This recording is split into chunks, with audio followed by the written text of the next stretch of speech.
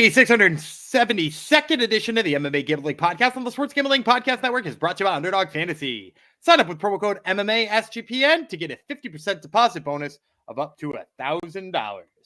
And we're also brought to you by Rhythm. Start crushing college football and the NFL season with Rhythm. Get your 7-day free trial today by going to sportsgamblingpodcast.com/RITHMM.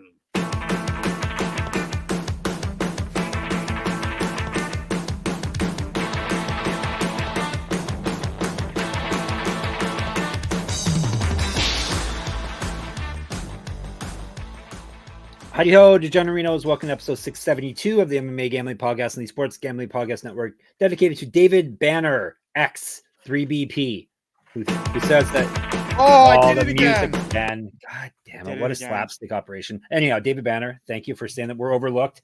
We're not overlooked anymore. Obviously, we run a very amazing show here.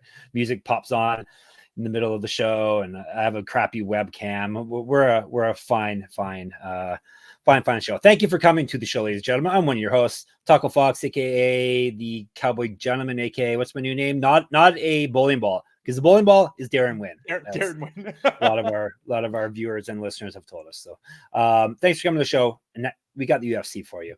I think my co-host is coming off an undefeated night as well as of this recording. So we're going to bring him in. We're going to kick things off a little differently than we usually do. Maybe we'll let him gloat a bit. Let's get things jumping. It's Daniel Gumby Vreeland, everyone. Undefeated, right? 5-0. Yeah, I'm not gonna go too much. It was a 5-0 Contender Series night. It was all chalk though. But it felt like really obvious chalk to me the whole time. And really all the fights played out that way too. Mm-hmm. Like, I mean, especially like Cody Steele being a jiu-jitsu specialist and still being better striking than his opponent.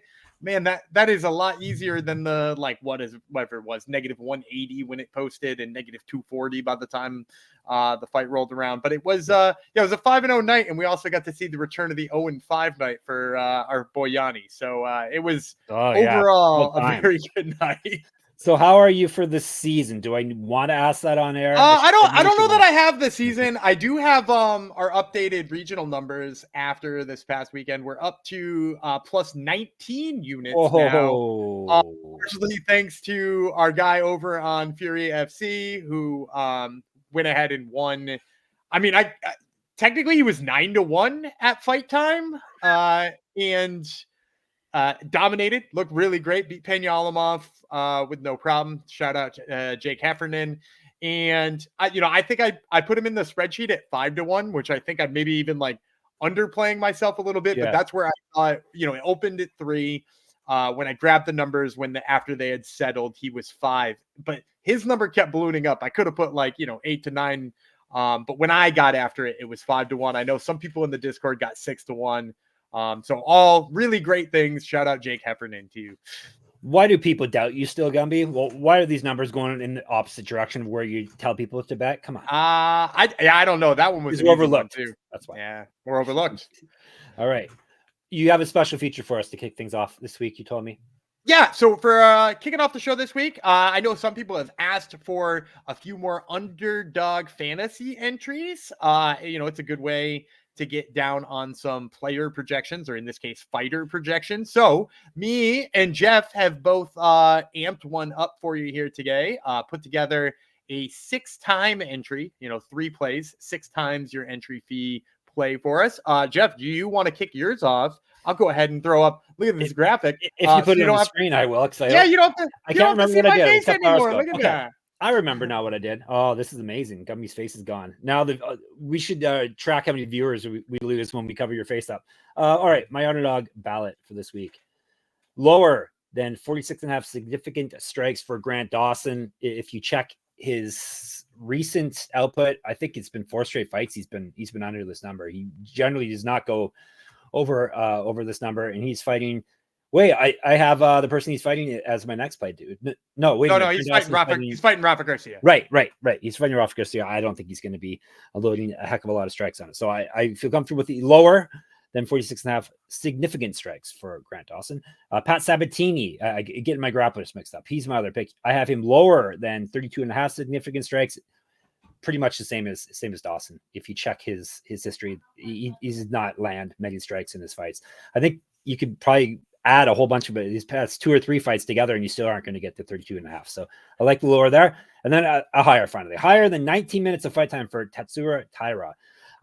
He averages only 9 minutes, I think I saw, his fight time. So quick fights, but he's up a very stiff test, a guy that's pretty impossible to finish in Brandon Roybal this week. So I like this fight, probably going the distance. So we'll talk more about that tomorrow. But there are my picks. So lower on the significant strikes, Grant Dawson, lower significant strikes. Sabatini, higher fight time, Tatsuro Taira. Now my face is going to get covered up.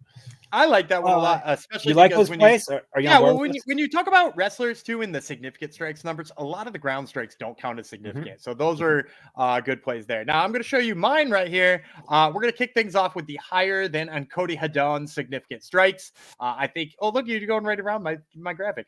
Cody Haddon higher than his significant strikes. He looked really great on the Contender Series, absolutely blowing things up. I'm going to take the higher than on Tatsuro Taira's fantasy points, mostly just because I think whether he gets a finish or this winds up being a 25-minute fight, he should be able to rack those up. And then I'm going to take the lower than on Carlos Vergara's significant strikes. On that one, I think he is going to have a really tough time landing strikes. Unless it's Carlos Vergara. It's CJ Vergara. But Carlos Vergara, lower than on his significant strikes. I think he's going to have a really tough time landing in that, in what might wind up being kind of a short fight. All right, there you go. If you want to put them all together, what do they pay for 6? So you're going to get, if you put either of our 3s together, you're going to get 6 times your entry. If you choose to do all 6, you got to do it in a flex entry on all 6. You'll get 25 times your entry if all 6 of them hit. But of course, because it's a flex entry, you'll also get like 2.9% times your entry if you get even 5 of them. So that might be the play. Throw all 6 together here, and I'll throw them all up at the same time so you can see them. Look at that. Oh, you can't do them all at the same time. They oscillate. Gummy's still learning the technology here. This is really high tech. But throw all 6 of them together and get 25 times your money. See, we'll be overlooked no more after that amazing graphic display.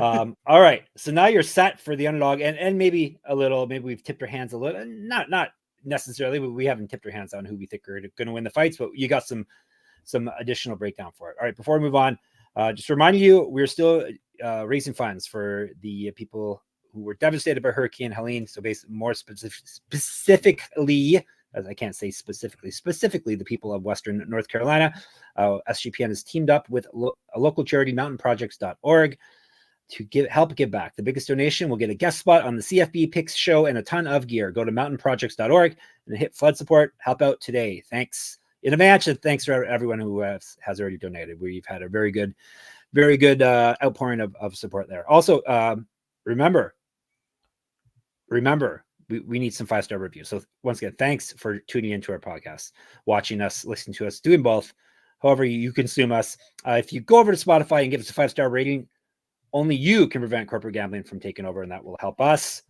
not be overlooked anymore, as our friend doesn't want us to be overlooked. All right, thank you in advance. All right, let's get some breakdown of some actual fights now for you. We were talking about UFC Fight Night, Roybal versus Taira, aka UFC Vegas 98. This Saturday, October the 12th, 4 p.m. Eastern start time. So Octagon will be on your other screen, I'm sure, at that time. But you can split screen. You youngsters can all split screen. UFC Apex, hooray, 13 fights. But we do have a flyweight main event that they probably would have loved to have their middleweight co-main event be a main event, but no, we got some flyweights. So we'll talk about the crappy co-main event on tomorrow's show. Let's break down some crappy prelim fights, shall we? Starting with some heavies. These sloppy fatty overs, perhaps. All right, so this fight originally was Chris Barnett versus Waldo Cortez Acosta. It is now Junior Tafa versus Sean Sharaf. All right, that makes sense, right? That's how MMA rolls. So WCA, the Cortez Acosta, had to withdraw. Junior Tafa stepped in short notice. Chris Barnett had to withdraw because Hurricane Milton is wreaking havoc where he lives, or it's about to wreak havoc. So Sean Sharaf stepping in off the street. It helps that he trains at Extreme Couture. He is in town, and he's a heavyweight, and he's undefeated. So there you go. They can probably sell it. And he He fights for Lights Out Fighting too, which is not a terrible promotion. I'm pretty sure that's the one owned by Sean Merriman. Okay. Yep. The football guy. Hot. Yeah, the football guy. Look at you with your knowledge. Basically 5-3 and 4-0. It's not like this is a massive mismatch, at least on paper. So let's actually break her down for you. We'll tell you about Tafa first. Sharaf first. The Smoke 4-0 with 4 knockouts. His short notice UFC debut. He is a multiple regional champion. He has multiple regional championships, on his mantle. Correct. Get the shirt. sportsgamblingpockets.com/store. Get sticky with it. 3 inches of reach over Tafa.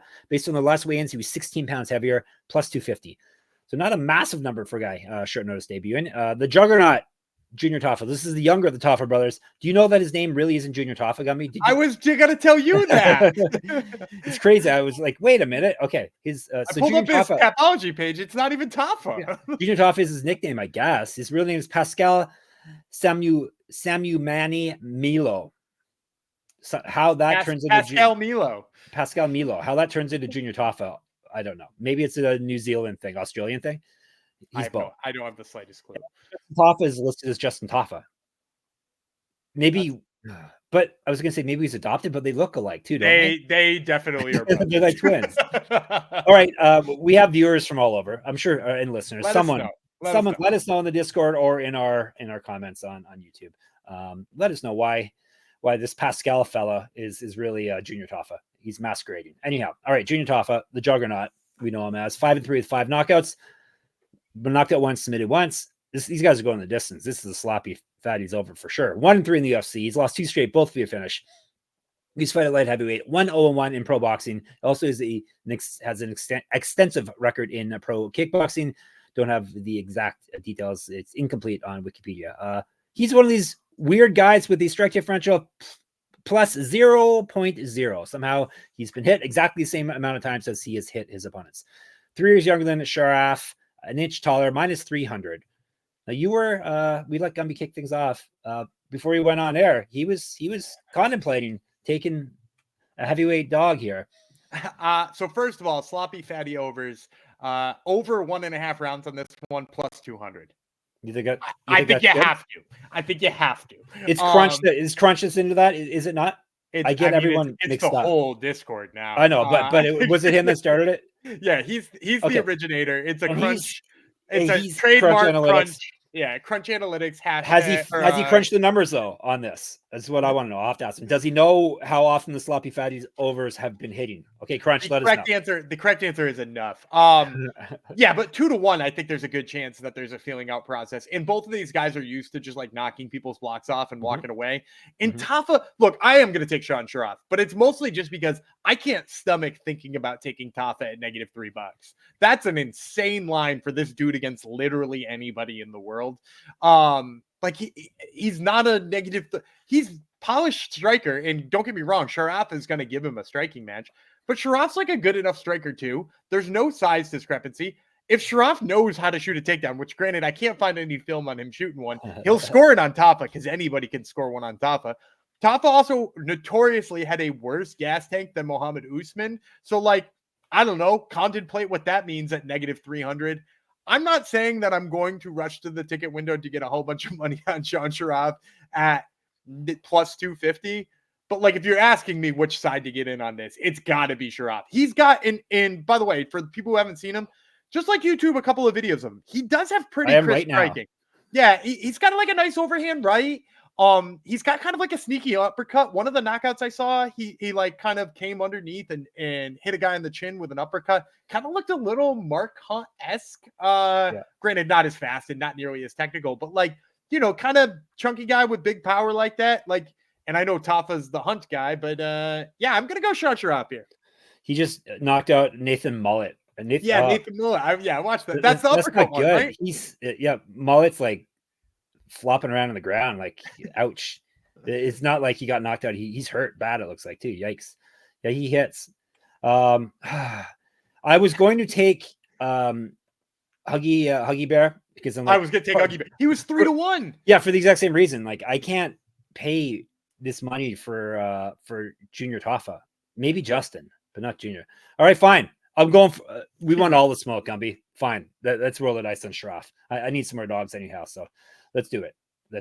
Something you won't hear me say in real life. I need more dogs, but is what I'll say here. Speaking of dogs, plus is a perfect segue. Underdog Fantasy. Underdog Pick'em has one of the biggest menus of all, for all sports, and of all sports. Of all sports does not make sense, Jeff. For all sports, that makes sense. NFL, college football, MLB, MMA, that's us, WNBA, NASCAR, and more. Their lobby is jam-packed with profit boosts. You can now use specials and boosts in all flex entries. Gumby usually gives you a pick here, but we gave you a bunch of picks. We gave you 6 picks off the top of the show. So hopefully you didn't scrub through all of that. Sign up with our code. The important part. I don't think we said that off the top of the show either. We're dummies. MMA SGPN is the code. To claim your special pick and first time deposit offer up to $1,000 in bonus cash, that's underdogfantasy.com, promo code MMASGPN. If you do a graphic of it, Gumby, you're gonna slap that logo over that, aren't you? That we forgot to say again. I'm pretty sure I said it at the beginning. Did you? Yeah, Whatever. I think so. Someone will let us know. I won't rewatch it, but someone will let us know. All right, we're in on a underdog heavyweight coming in on short notice, but why not? Moving on to our next fight. These we go from the high end to the low end of the weight scale. These are women's strawweights. Cory McKenna from Wales, Julia Polastri from Brazil, 3 5-minute rounds, 115 pounds. We'll tell you about McKenna. Poppins is the nickname, a fitting nickname for the gal. 8-3, 2 knockouts, 2 submissions. She's been submitted once. 3-2 in the UFC, 2-1 over her last 3. Did get submitted in her last fight. 1-0 contender series, an inch a year younger than Polastri. She looks about 11 years younger. Has been outstruck in the UFC and contender series by 0.19 strikes per minute, so pretty much a wash in the striking department, plus 110. Psycho Polastri, 12-4, 4 knockouts, 3 submissions. That's her nickname. I'm not calling her Psycho. I've never met the lady. Never been finishing a fight. Taking this fight on short notice. Will we go back-to-back short notice? 0-1 in the UFC. She's won 4 of her last 5. Did lose her last fight. 1-1 in contender series. Who did she win? Who did she beat? Who did she lose to? I always like to quiz Gumby on contender series picks. I can't remember who she beat because that one's a recent one. Was it that Peruvian woman? Pajuelos? Something you're right. Nature. Patricia Alualos. Yeah. Pajuelos is the one who just got fired for popping. And then she lost to Jasmine Jasudavicius. Yes, correct. Yes, it is. That's HBL. All right. Multiple region championships on her mantle. Correct. Get the shirt. sportsgamblingpockets.com/store. Used to fight down at atomweight, up at flyweight. 5 inches of reach over at McKenna. I think everyone's got at least 5 inches of reach on McKenna. Even small children. She has been outstruck in the UFC and contender series by 0.87 strikes per minute. Better striking stats, more active landing strikes than McKenna, minus 127. All right. I'm trusting my short notice stats saying don't trust a short notice fighter. Give me Poppins. She's done better than I expected her to do.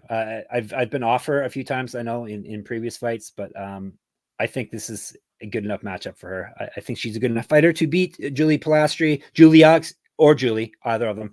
Polastri, plus, of course, there's always the short notice component to this. So I'll take another dog. Give me McKenna.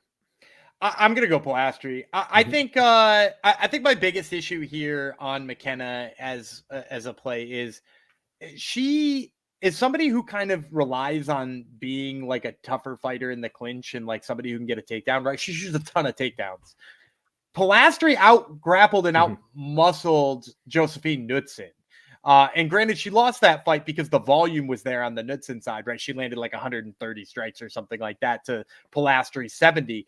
But even if this fight winds up only taking place on the feet, it's not like McKenna's a better boxer than Polastri. You know what I mean? And in terms of when it works in the clinch, Polastri taking Knudsen down 3 times, to me, says she's got all the wrestling she needs to stuff McKenna. And even if McKenna gets those positions, I don't think she's going to have them for very long. So I'm going to take Julia Polastri just by being the more physical fighter and having more tools in her tool belt. Yep.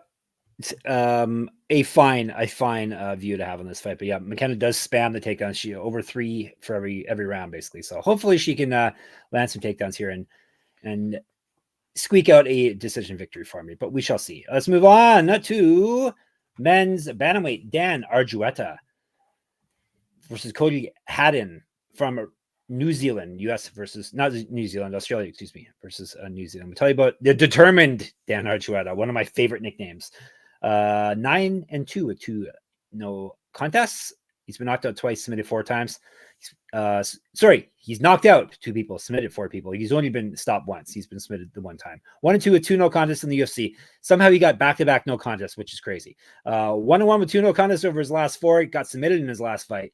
0-1 in the Ultimate Fighter. LFA champion. Used to fight at featherweight. Has outstruck his UFC opponents by 0.28 strikes per minute plus 165.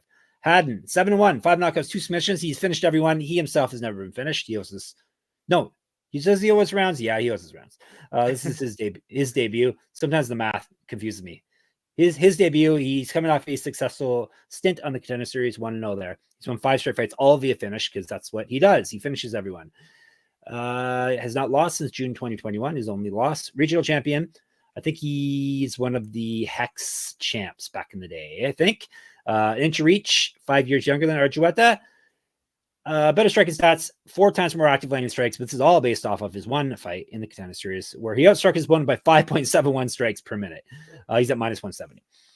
Yeah, and he outstruck a pretty damn good opponent too. Billy Brand is a tough out there. Granted, not a ton of experience, but he was winning a whole bunch of fights for Uriah Faber's A1. I'm going Haddon or Haddon. I think it's Haddon. I'm going to go Cody Haddon.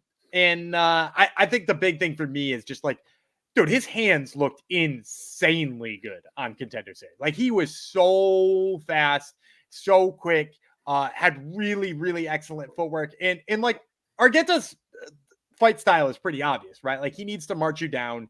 He needs to get in your face. He needs to be able to score a takedown. And I think he is going to eat so many punches in the process of doing that here, which is why, if you go back to my underdog fantasy entry earlier on, I was talking about the higher than on Cody Haddon's significant strikes. Like, I think he is going to absolutely piece him up. The only way I think the higher than doesn't hit on that one is if he knocks him out too fast. Because that's the other thing. Haddon's power, dude, that stuff is crazy. And Argueta, he's tough as hell, but I don't think he's gonna be able to take all these punches. Give me Cody Haddon. He's determined as hell. That's for sure. Yeah, I agree with that. Haddon has got the dynamite in his hands, the cement in his hands. Argueta is going to get pieced up too much by the newcomer. So yeah, I'm in on that. Maybe a knockout prop, Gumby, perhaps. Yeah, maybe you'll see that a little bit later on. All right.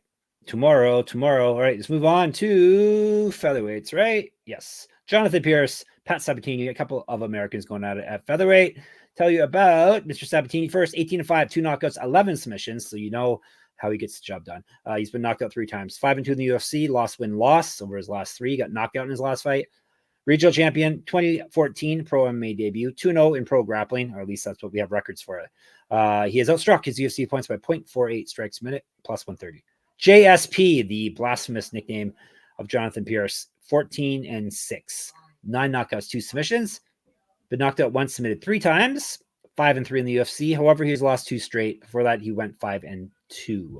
So he had 5 straight. That means, by my math, 1-0 on Contender Series. He's fight down at bantamweight, up at lightweight, 2-0 in Bellator, 2014 pro MMA debut, 4 inches height, 1 inch of reach, and 2 years younger than Sabatini.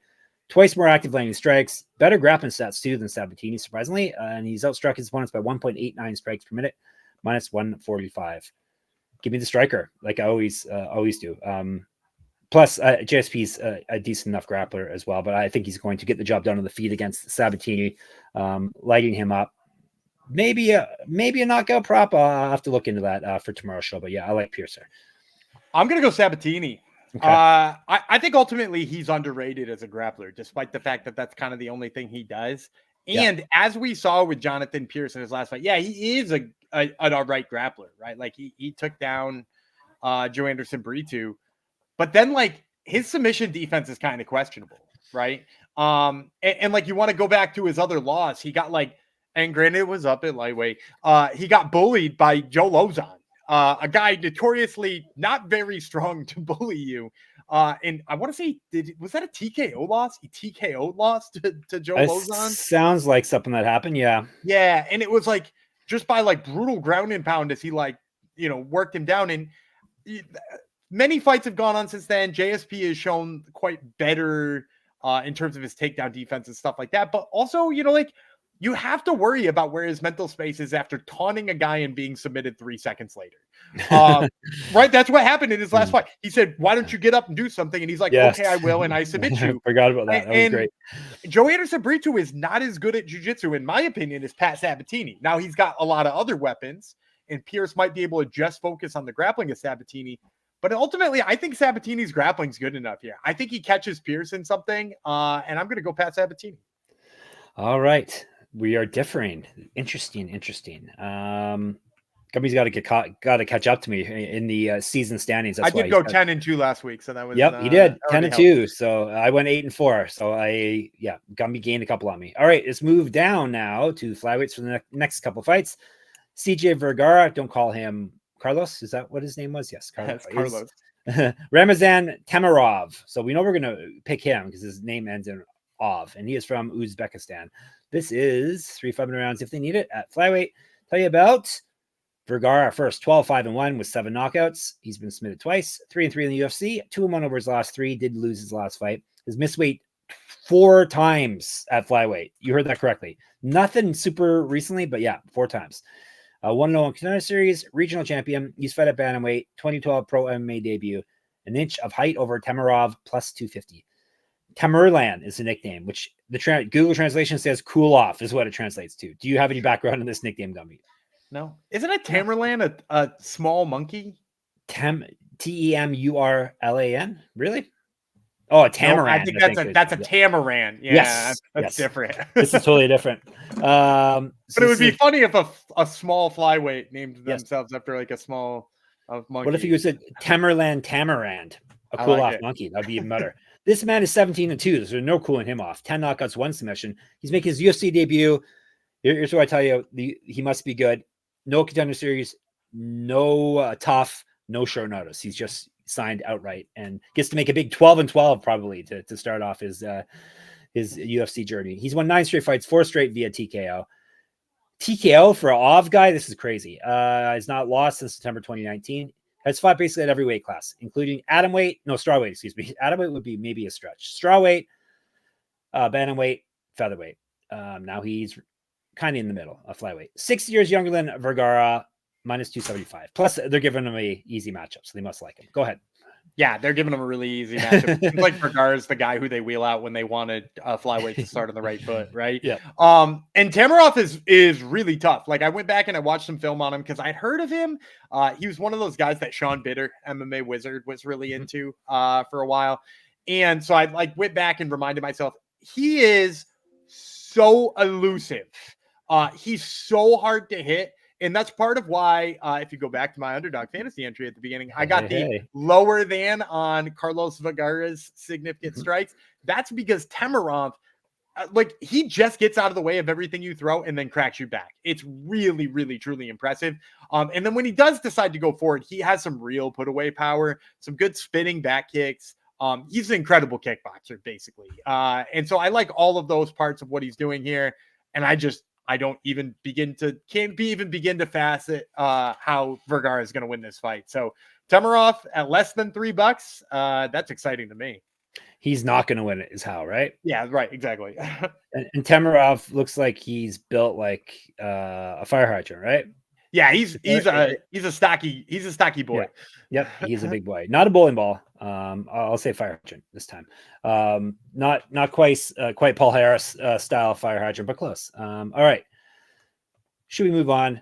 Yeah, actually, I'm going to tell you about some lovely people who are helping us keep the lights on here, like BetUS. We are brought to you by BetUS. Bet with the best in the business, BetUS. BetUS has been around for more than 30 years. So has Gumby and myself. On the earth, at least. Easily deposit your cryptocurrency, and get lightning fast payouts. US players are always welcome. Sign up and deposit $100, and you have a chance to win a 1960 Ford Mustang. So get in there, check out all the UFC and MMA bets, and use our link. Most importantly, to sign up, and you get a 125% deposit bonus on your first 3 deposits. Go to sportsgamblingpodcast.com/BetUS. That's sportsgamblingpodcast.com/BetUS. Promo code SGPN. So they know we sent you. BetUS, America's favorite sportsbook. And SGPN's proud partner Rhythm is the #1 AI-powered sports betting platform that helps provide bettors of all levels the ability to build custom predictive betting models in seconds. Get predictions for betting on money lines, spreads, totals, and props. Build your own model, copy one of the top performing models from the leaderboard, or press build a model for me And Rhythm gives you predictions for every game and player prop, and also has myriad of stats, research, and trend analysis to give you even more betting insights. Claim your 7-day free trial today by going to sportsgamblingpodcast.com/rhythm. That's sportsgamblingpodcast.com/RITHMM. Excuse me for the coughing. What do we have? 2 more fights to do, I think. We do on this one. Yes. One more flyweight fight. Not that we're complaining about that at all. Clayton Carpenter, Lucas Rocha, U.S. Brazil. I will tell you about Rocha first. Fenomeno, another Fenomeno. 17-1, 10 knockouts, 4 submissions. He's been knocked out once. This is his UFC debut. He's won 6 straight fights, including his last one via TKO. He's not lost since October 2019. He went 1-0 contender series. He has multiple regional championships on his mantle. Correct. Get the shirt. sportsgamblingpodcast.com/store. Used to fight down at strawweight, up at bantamweight. 4 years younger than Carpenter. Has got outstruck in the contender series despite winning by 2.64 strikes per minute, plus 175.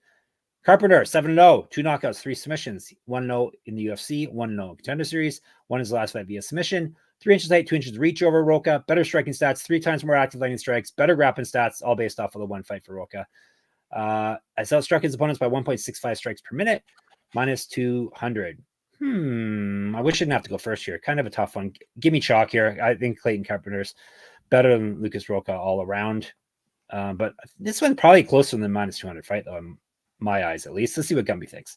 I don't think so. I love Clayton Carpenter. I love Clayton Carpenter in this fight. The biggest reason why I like Clayton Carpenter in this fight is, first of all, you're right. On the feet, it is probably a pretty close fight. But I think the difference maker here is just how good Carpenter is on the mat. And the fact that he blends the two together so well, right? Mm-hmm. Like, he is a tough guy to begin with. And then you add in, I mean, like, do you remember his contender series fight? He went in one. It felt like fairly easy, scoring 3 takedowns, a buttload of control time. And do you remember who he beat? Of course I don't, Gumby. Edgar Sharaf. Oh, yes. I know him. Who just had a friend of the Discord. Friend of the Discord. He just had a fantastic fight in the UFC with Joshua Van. Like, to take him down 3 times and beat him up there and win a decision, like, that is a very impressive win for Clayton Carpenter. And then when you look at Rocha just got taken down by Short King Davy Black like 100 times. Yeah. And, like, you know, for me, like, not that MMA math always works out, but it's that, like, clear trajectory, clear path to victory for Carpenter. And then when you talk about, even if he doesn't go there, if he's, you know, his fight IQ is 0 for some reason, and it's a coin flip everywhere else. So it's definitely better than 2-1 odds, in my opinion. Give me Clayton Carpenter. All right, good. I'm glad Gumby agrees with me. Maybe not my assessment of the line. Let's go to the main event of the prelims. Niko Price, United States of America. Themba Gorimbo from Zimbabwe. 3 5-minute rounds if they need it. 170 pounds. To tell you about. Oh, actually, did you hear the news about Niko Price, Gumby? He's got more kids. Yes. Child 7 is on the way. I didn't know that, but that was the easiest guess. Yep. Child 7, ladies and gentlemen. All right. So many kids. Yes. He's a Florida man too, isn't he? He's from Florida. So I guess it makes sense. It's like another world down there. The hybrid Niko Price, 16-7 with 2 no contests. Yeah, I know. 10 knockouts, 3 submissions. He's been knocked out 5 times, submitted once. 8-7 with 2 no contests in the UFC. 1-2 over his last 3, but did win his last fight. A regional champion, 2012 pro MMA debut. Twice more active than Gorimbo, landing strikes. He's barely been outstruck in his UFC career, minus 0.04. He's plus 275. That resume doesn't impress the bookies. The answer, Gorimbo, 13-4, 2 knockouts, 6 submissions. He's been knocked out once, submitted twice, 3-1 in the UFC. He's dropped his debut, won 3 straight since then. World beater. Regional champion, used to fight at lightweight. 2013 pro MMA debut. 1 inch of height, 1 inch of reach over Price, 2 years younger. Better grappling stats. He's outstruck his UFC opponents for 1.45 strikes per minute, minus 320. Now, Gumby will tell you why we're going chalk here again. Yeah, I mean, like, Niko Price is a guy who just makes mistakes, right? Mm-hmm. And if you're a guy who can punish him like Themba Gorimbo is, that's an easy win in my estimation. I could see, I mean, Themba's really quick with the hands. We saw it in the Pete Rodriguez knockout, right? Like, he's, and granted, what's Pete Rodriguez? I still don't know, really. He's only fought really good people or really bad people. But Themba Gorimbo made him pay for, you know, getting off balance and putting himself in punching range one time. Niko Price willingly puts himself into punching range with bad defense, I might add. And then on top of that, like I don't know about you, I was impressed with Gorimbo's wrestling in his last fight. Ramiz Brahimaj is a damn good wrestler. The only person who's dominated Ramiz Brahimaj in the grappling in his whole career is Court McGee. And Court McGee is, that's his thing. Court McGee is a grinder. So for Themba Gorimbo to use a little bit of that same, game plan, it goes a long way in my estimation. Themba Gorimbo may be sneaky good wrestler. So having that in his back pocket helps. I kind of hope he doesn't get sucked into Niko Price's crap. Because he kind of did in that AJ Fletcher fight, right? Like if you remember his debut, he did lose to AJ Fletcher by kind of doing some real dumb things. But since then, he's buttoned that up. So I kind of hope he doesn't fall into the dumb stuff. And I'll take Themba Gorimbo in this one. Gorimbo by TKO or KO plus 225, Gumby. Does that interest you in any way? Maybe a little bit. Submission plus 525, even bigger. Does he want us? I don't know if he wants a submission. Yeah, I'm thinking about those. Maybe just looking inside the distance instead. Yeah. That way you don't have to get too picky. Yep. You have till tomorrow to make official picks. All right, let's recap, and then we'll get out of your orifices until tomorrow. We both have Gorimbo. We both have Carpenter. We both have Temirov. I was going to make it only me. Both have Temirov. I have Pearce. He has Sabatini. Both have Haddon. I have McKenna. He has Polastri. We both have Sharaf as a big dog. Literally and figuratively. All right. Hopefully you enjoyed the episode. You can check us out in the Discord, sportsgamblingpodcast.com/Discord. You can check us out, of course, on YouTube, MMA Gambling Podcast. Make sure you subscribe. If you have any questions or comments, jump in the comment section there. Not YouTube, X, aka Twitter, SGPN MMA is the account Gumby runs for us. He's Gumby Vreeland. I'm Jeff Fox, writer there and on Instagram. Check out my Substack at moneymma.substack.com. Enter my free UFC Pick'em contest there and check out all my articles. Gumby's got Turtle MMA podcast. He hasn't dropped it yet this week. Gumby, who's on it? Daniel the Pit Pineda, who's fighting next weekend, as well as Melissa Croden, who's going to be on the next LFA card. All right, so check that out. And of course, we're at sportsgamblingpodcast.com, sportsgamblingpodcast.com/store, sportsgamblingpodcast.com/Patreon. Back tomorrow, the determined Daniel Vreeland, Psycho Jeff Fox. We'll talk to you then.